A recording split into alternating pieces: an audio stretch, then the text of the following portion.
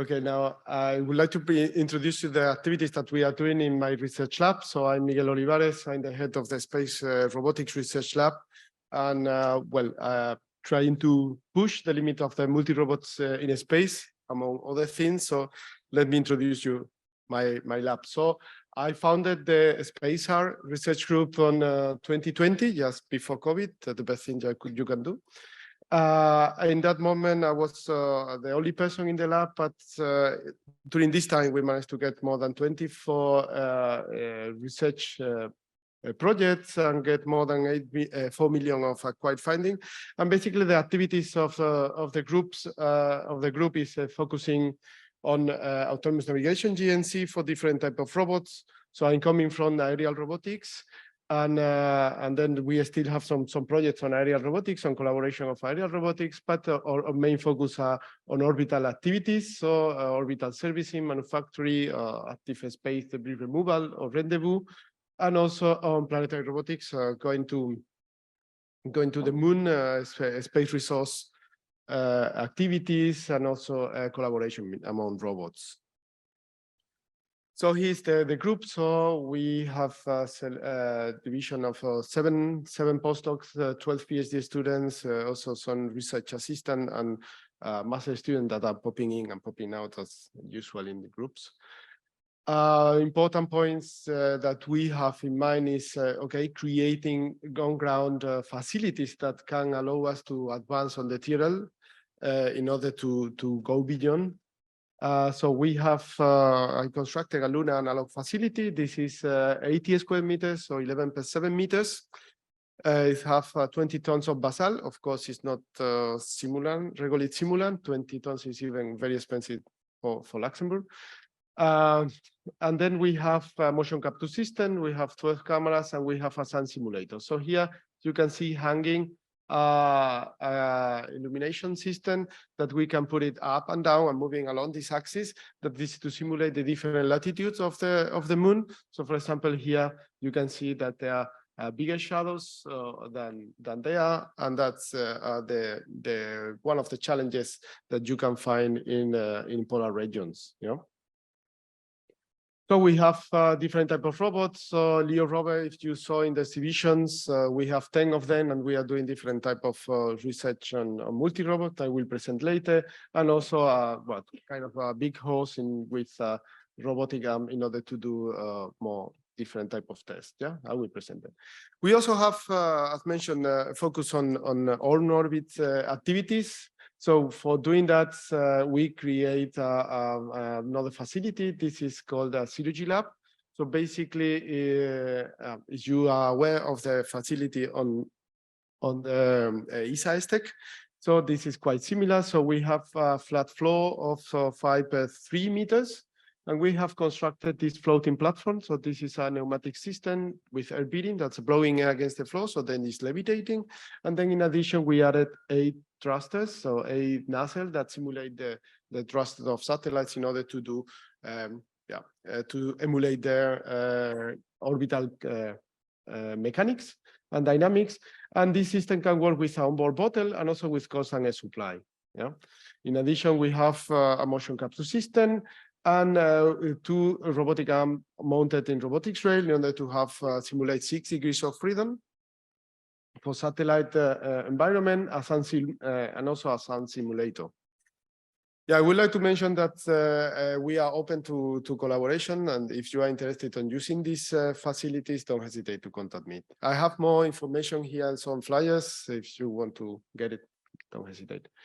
So what we want to do here in the SpaceR research group is to, making robots boogie with UI. So we were participating in the ESA SRIC Space Resource Challenge, in where we were pushing the limits of the multi-robot cooperation. In this case, we were part of a consortium that was in collaboration with Space Application Services. So they were working with this LuFMI rover, and we were using 3 Leo rover.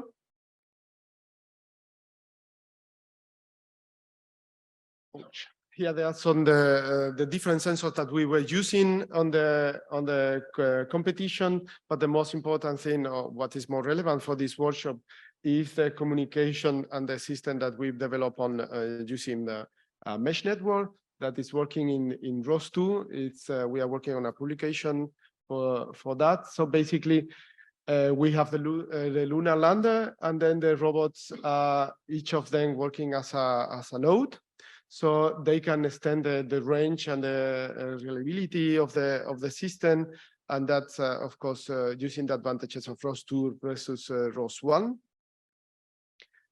And that can be combined with other type of robots that are not this LEO rover. So this is working very robustly, and yeah, we will be developing putting the software open source in the future. Yeah. Here there are some images. Can you run all the videos? On the bottom, the three. There are some images of the competition. So here on the top, you see the 50x50 Luna analog facility that they construct only for 4 days. They destroy later. That's a pity. And there are the footage of the different LEO rovers. Yeah, they were communicating in between them. So we have also 5-second delays because we consider the worst case scenario, like in the far side of the moon. And we develop a system with Foxglove in order that you can teleoperate the different robots with one single operator. And when we have different communication cuts, like 5 to 10 minutes, the robots were continuing communicating among them, also with respect of the lander. And then as soon as we recover the communication, we were able to see what they were doing. Yeah, and they don't have any issue. They recover all the communications, and we continue operating the rover without any problem. Here there are some activities that we were doing with map merging. So here are the 3 maps that we were obtaining with the 3 different robots. And then here you see like the 3 LEO robots that were going in different directions and covering different sections of the environment.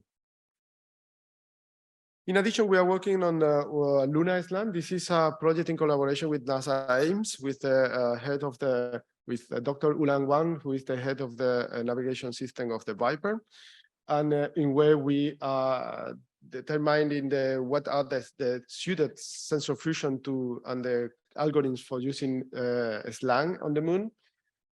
In addition, we are also working on machine learning approaches in order to do the rock detection and identification, in order to provide more information for the SLAM.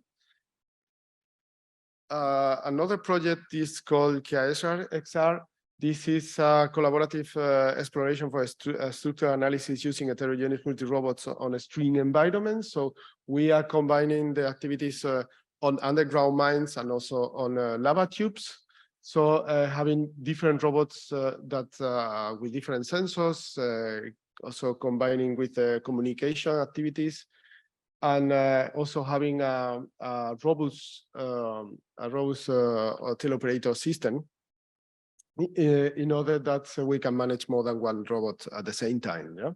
Here you can see some data from the Valentin lava tubes. This is also the possibility to use, so we know that teleoperation on space is really on the baby steps. So you just see the image from the camera, and then you have to realize what is around. So what we are doing is getting all the information from the sensors on the environment, and then generated procedurally the environment. And then with a virtual headset, also you can see here how this is generated to change the view. We have here a video. Yeah. So here you can see the video that's is generated. This is our LunaLab. This is a real robot that is in the Luna environment, and this is generating this procedural map. And then, yeah, the operator that will be appearing on the top right is using the headset in order to interact with the environment. Can you put it a little forward?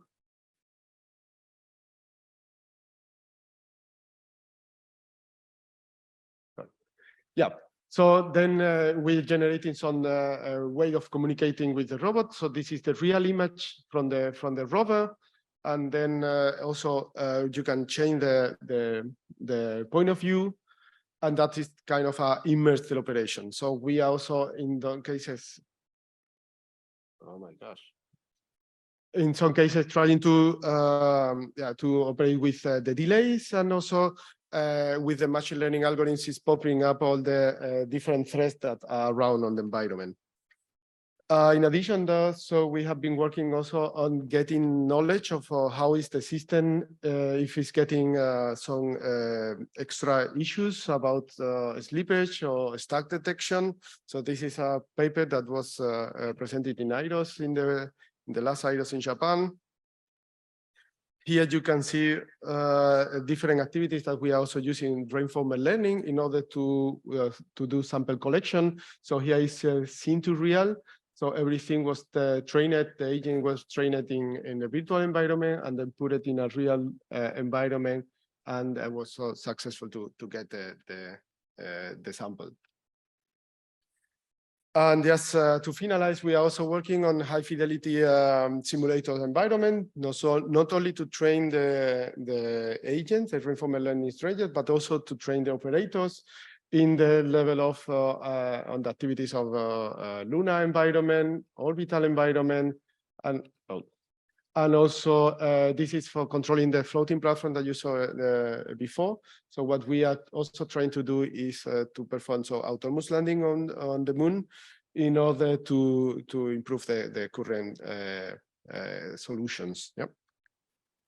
Okay, this is everything from my side. So again, I want to remind you that we are organizing this international conference on space robotics, and I will be more than happy to have you all of you there in the next June in Luxembourg. Thank you very much. And we are skipping the questions because of the time. So happy to hear from you and in the coffee break. Thank you very much.